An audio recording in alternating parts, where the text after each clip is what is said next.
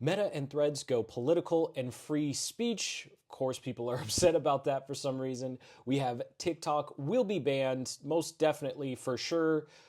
Final call on the 19th. We have Instagram that's no longer a social media app. Apparently, they're a messaging app now.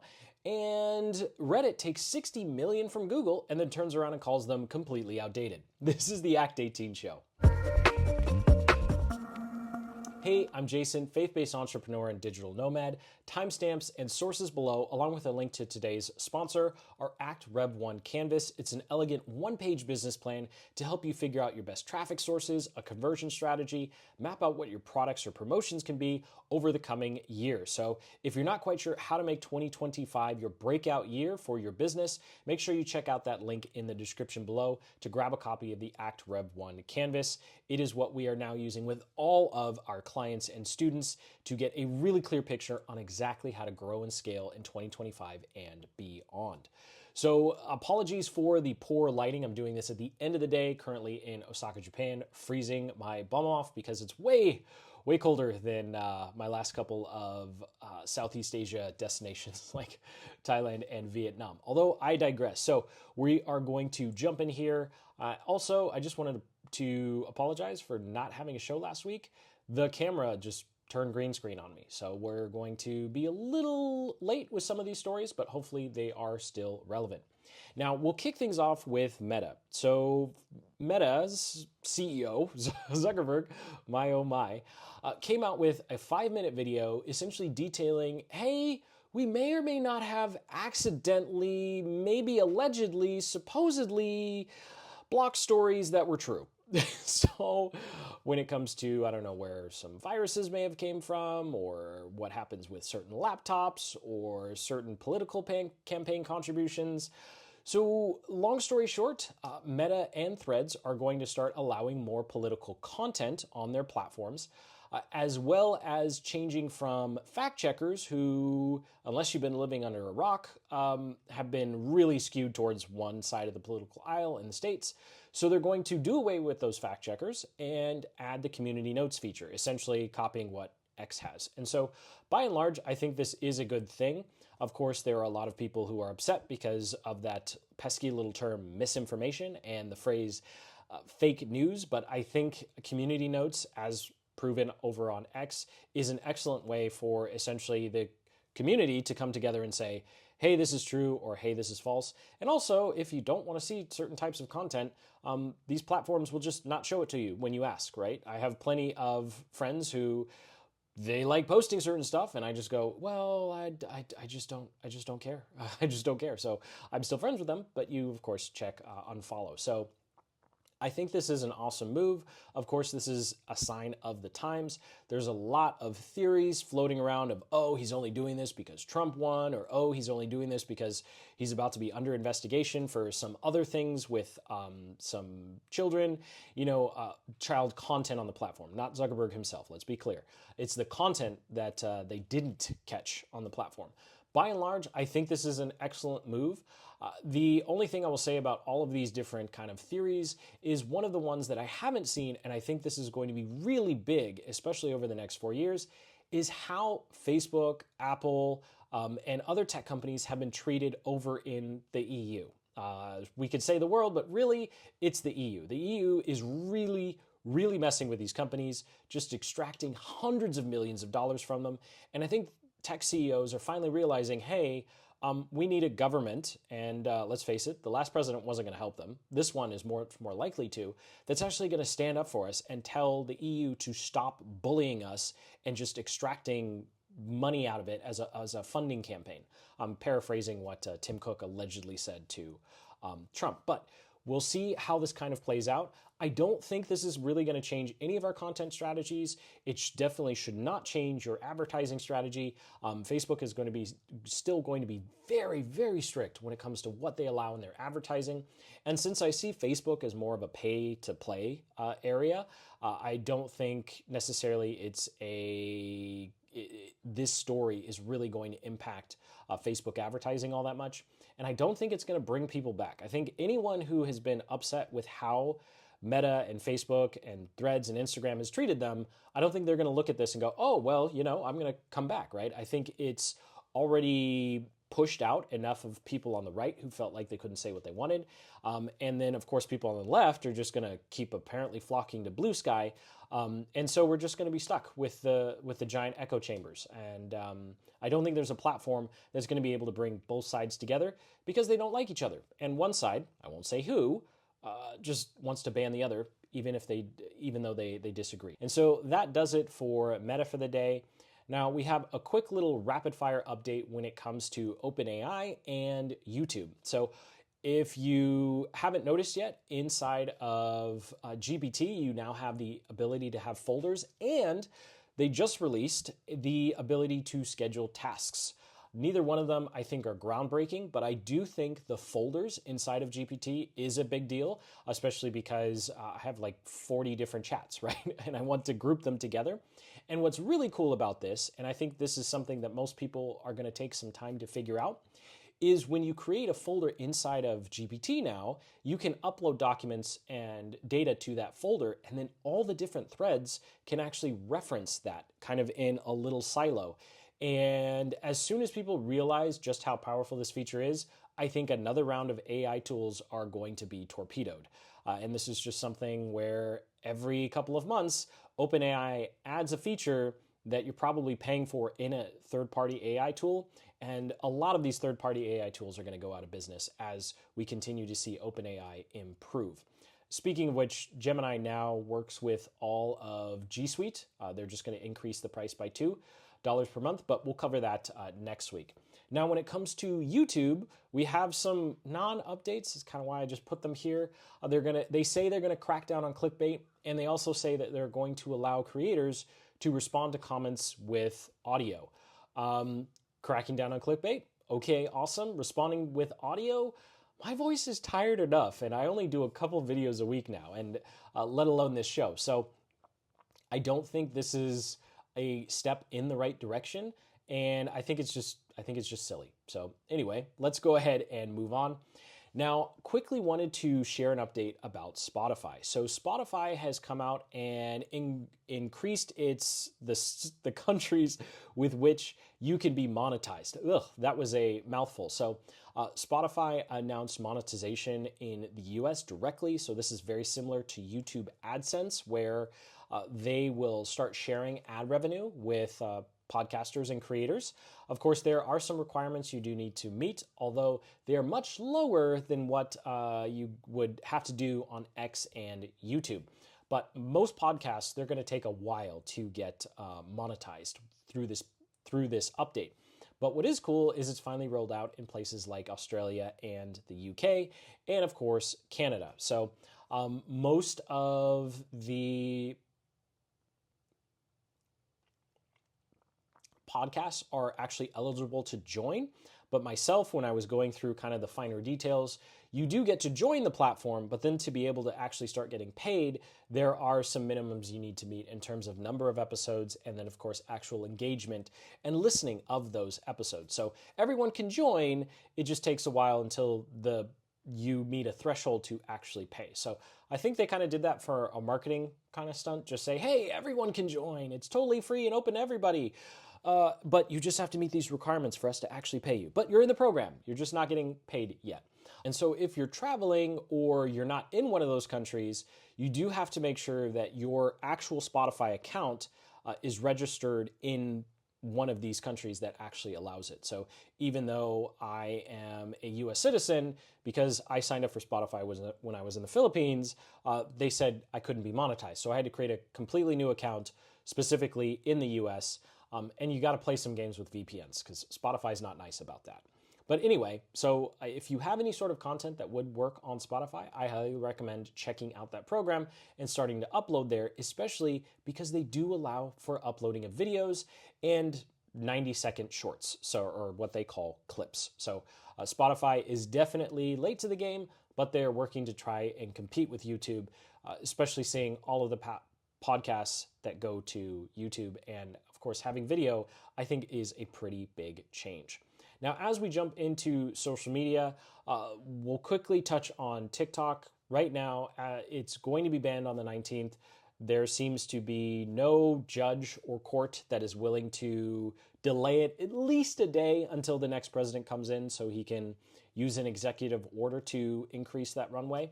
So sadly, we are actually going to see it disappear for a little bit. I really don't think this is a good idea. Of course, I've talked about it on previous episodes, so I won't get into it. But long story short, I think it's just a giant violation of free speech. I don't care what kind of arguments you make for national security. The fact that it is simply going to be blocked, even as a website, is absurd and wrong. And I don't think it's going to last very long. I really do think by the time it goes through the courts, they're going to find an angle to allow it to continue, albeit it might not be able to be owned by a foreign company, or they might set it up so that it can only be accessed as a website. But I understand the security concerns, but seriously, it's ridiculous. It should not, the law itself should not have gone as far as it has. Also, if you're doing any sort of B2B marketing over on LinkedIn, they have some new updates in engagement reports, just including that. I don't think too many people use that. And X Payments is coming, as well as a potential dedicated video tab. So now I want to talk about Instagram, because this story is confusing as all get out, especially in the context of TikTok. Now, Instagram's CEO has come out and said, hey, in 2025, our focus is going to be enhancing creativity and connection with AI. I get the creativity and AI together, but I'm not quite sure how AI and connection go hand in hand here. It's a little confusing. And so reading through this, reading through the transcript of his video, it's become clear that Instagram is actually going to focus on human-to-human interaction. And what I mean by that is people you actually know, right? So when you look at something like YouTube or TikTok, those platforms are never going to be a place where you go to talk to people you already know or people in real life, right? You're going to open up Messenger or whatever other messaging, or Telegram, I'm blanking, or WhatsApp, whatever you use to talk to your actual friends. Even if you met them online, maybe you met them on one of those platforms, you're not continuing that conversation on those platforms. And I think Instagram has recognized that and said, hey, why don't we be the place where people actually talk to each other? And so I think they're going to do more of a push when it comes to DMs and private messaging. I think that's something he mentioned, or the CEO mentioned, that notes are going to be a focus as well, and actually having private conversations and private comments.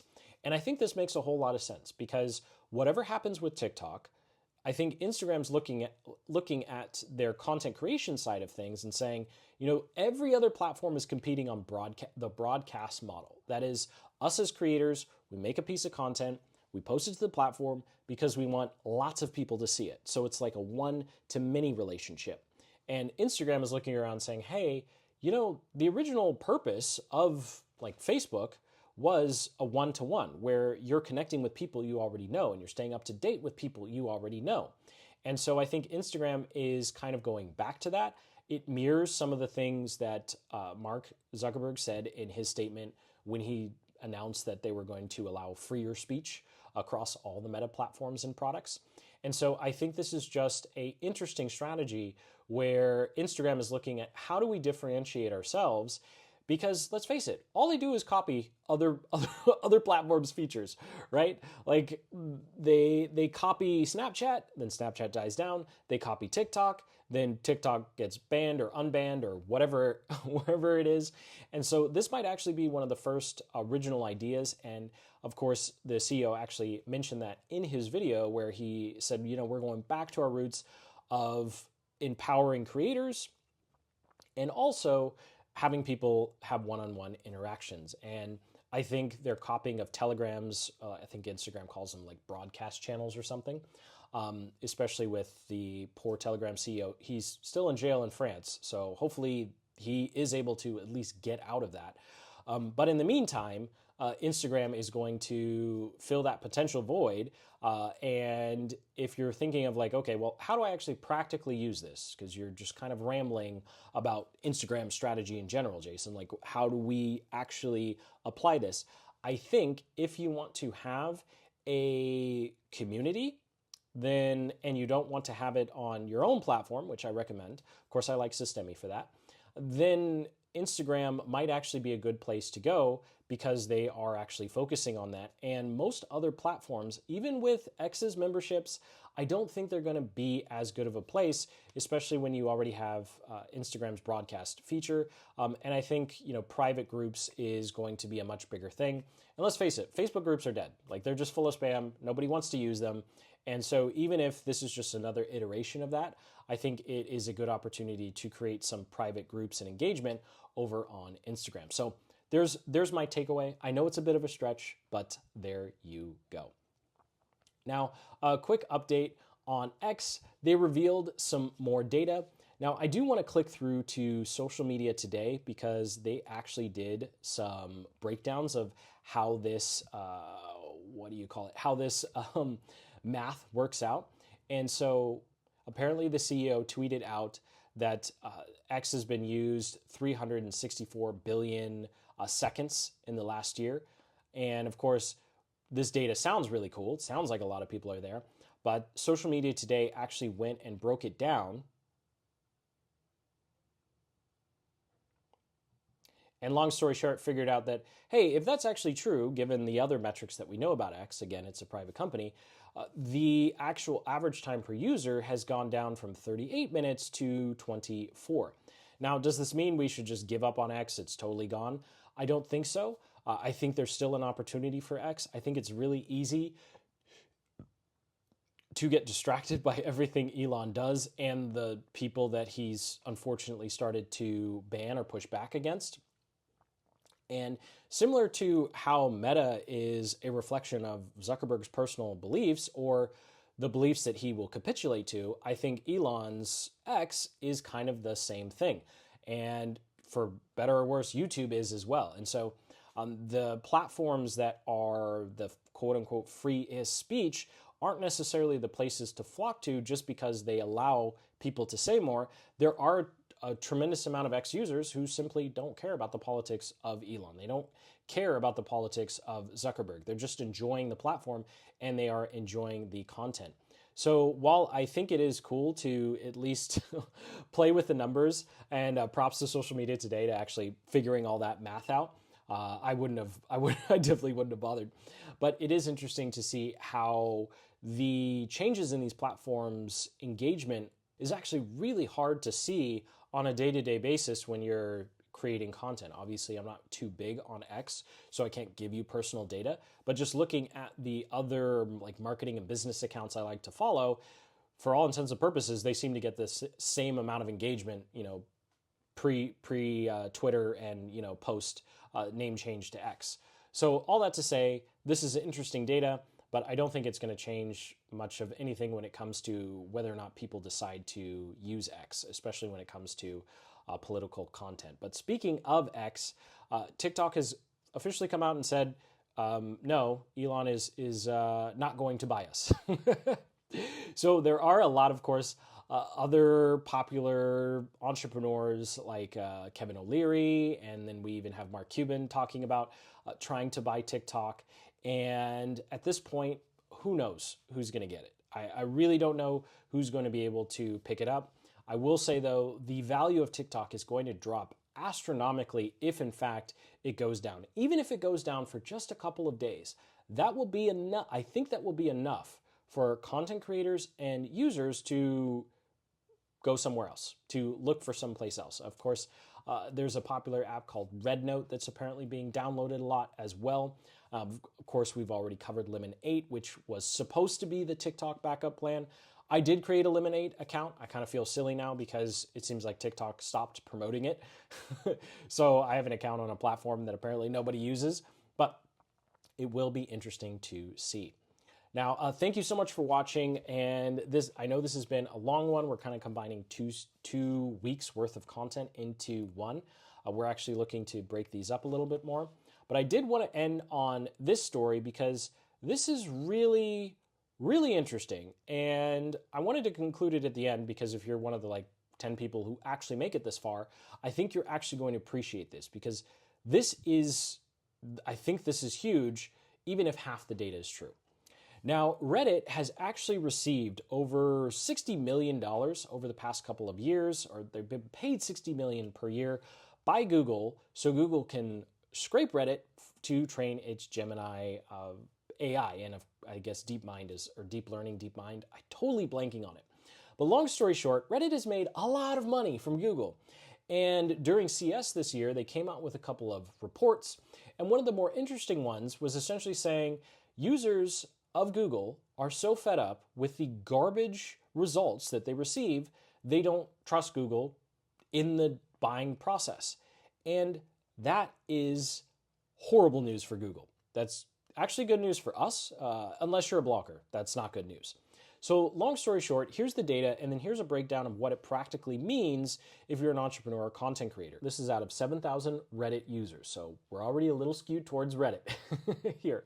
But 47% of those 7,000 of those users find irrelevant search terms the most frustrating thing when they're doing product research, which leads them to go to Reddit, and apparently answers on Reddit influence 42% of purchasing decisions. Now, this is a bit of a word salad. I did try and summarize it, but essentially Reddit's coming out and saying, hey, Google search results stink, so people just go to Reddit because they want real people to tell them about the offer.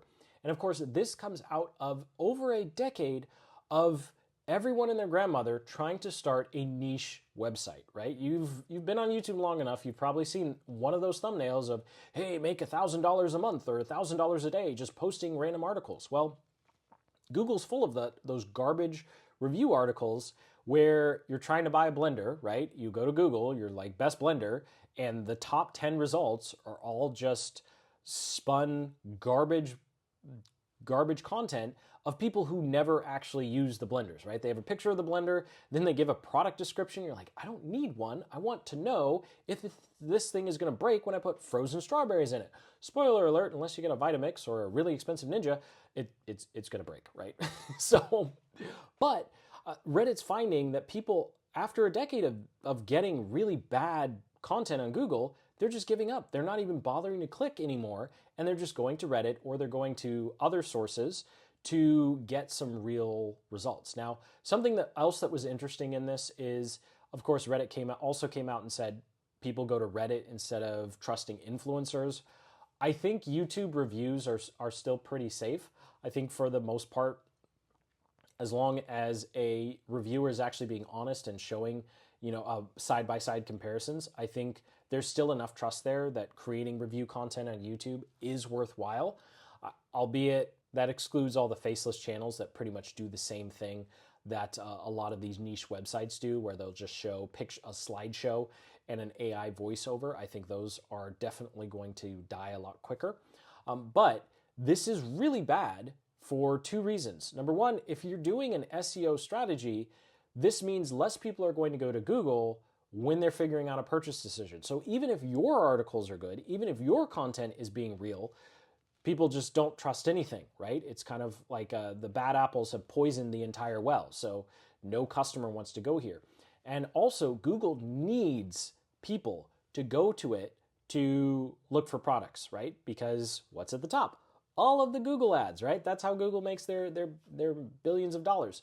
So if people who are in the buying process stop using Google for the purchase decisions, that means ad revenue is going to go down, which will topple their entire empire, right? I know they have a lot of different products and services, but at the end of the day, it's Google Ads that drives their revenue, right? Google Ads pays for everything else. Everything else is designed to serve more Google Ads. And so this is really concerning because because I already said number one.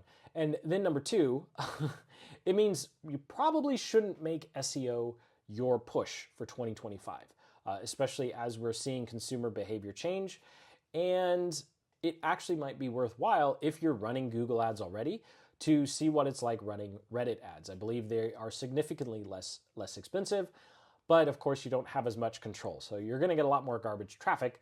But if you have a conversion process set up, or you've already sold through other platforms, then I think Reddit, this is enough data to say, okay, maybe I should look into Reddit. And of course, we're going to get Reddit bots coming every which way, but I think for the most part, this is kind of like another big crack in Google's armor, especially when it comes to the antitrust stuff. They're about to lose some of their assets that drive the growth of Google Ads. And so all in all, probably don't make SEO content moving forward. I definitely would encourage you to go through the entire study that they have. It's over at business.reddit.com and their blog. And if you're not making written content, I think this is just one of those other signs of, should I be spending time on it? Probably not. I know I've said that 3 times, but there you go. So thank you so much for watching. Sincerely hope you got some value out of this episode. Thank you so much for sticking with me to the end. You can see that the sun is going down. I am really not used to the sun setting at 5 o'clock.